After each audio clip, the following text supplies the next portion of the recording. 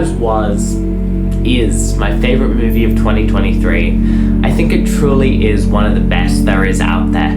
The script, the direction, the performances, the lighting, the sound, it all contributes to this truly profound emotion, this bittersweet, should I be happy or sad, almost nostalgic feeling.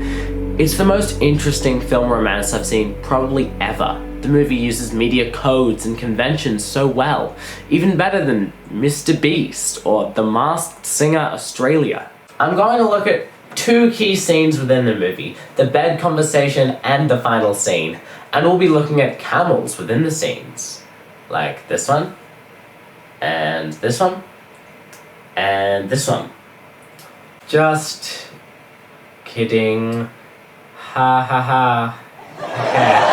CAMEL's actually an acronym that stands for camera, acting, mise-en-scene, editing, lighting, and sound, which are all used super well to develop these scenes, but they do not have one hump and cannot go for up to 15 days without water, which real camels can. So that's a bit disappointing, I suppose. The bedroom conversation is probably my favorite scene in the movie. It really showcases how smart the script is, and the camels add to it infinitely. This scene is entirely because of Hae-sung arriving. Hae-sung is the cause, and this scene is the effect. Arthur is torn up over whether he's what Nora wants, and that's why this stunning conversation gets to happen. It takes place in Act 2. We've already been introduced to Nora's character, her relationship with Arthur and Hae-sung, and her cultural upbringing, which are all really, really vital parts of the scene. The cinematography of the scene is really, really simple, with one wide shot and two close-ups, which allows for focus on the dialogue in the scene, which is by far the smartest and sharpest part of the movie. In terms of acting, it's incredibly well performed by John Magara and Greta Lee. They show both of their points of view in the scene really clearly and expressively. They're both really, really intelligent and really subtle performances. I adore them so much, and they were both shafted at the Oscars, which I reacted to very normally and rationally. The mise-en-scene, which is basically French for what's in the scene, is very minimal. It's not the type of scene that needs special crazy sets or props. It's just a bedroom. You don't notice much and you're not really supposed to. I think that's very intentional.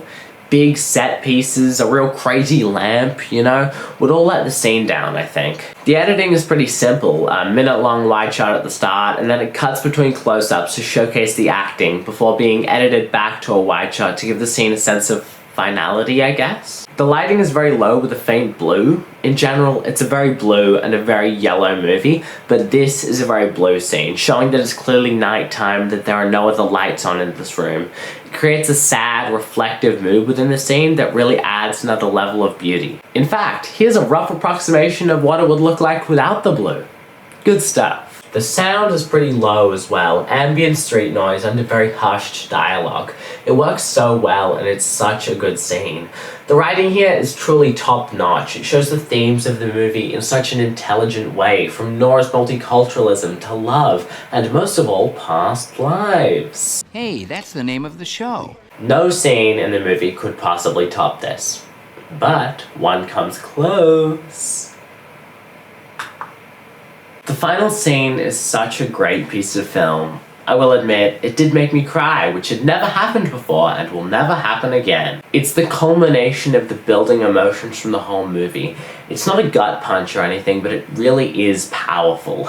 The cinematography and editing are both similar to the first scene. It's one very lengthy shot as Hae-sung and Nora wait for the taxi to arrive. It's a very long time, but it would be longer if they're waiting for a tram in Melbourne. And it lets you wonder about what's going to happen in a lot of detail. I mean, in any other romance, Nora would go with Hae-sung, right? That's the conventional happy ending.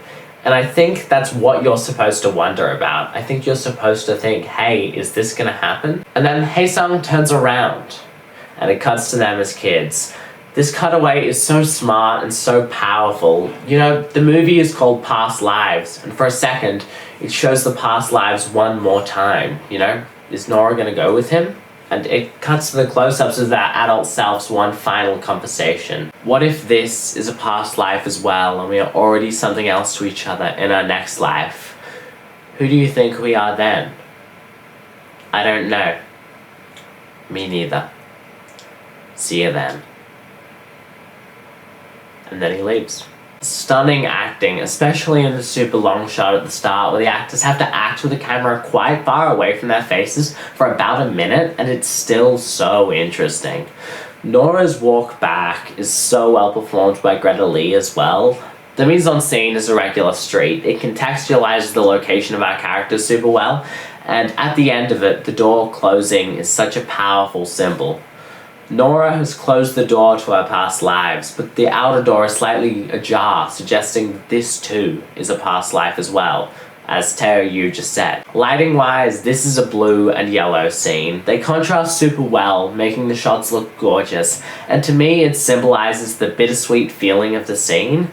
Obviously, this is a very primary school-esque grasp on color theory, but there's yellow for warmth and happiness, and blue for this deep melancholy, and the sound is just stunning.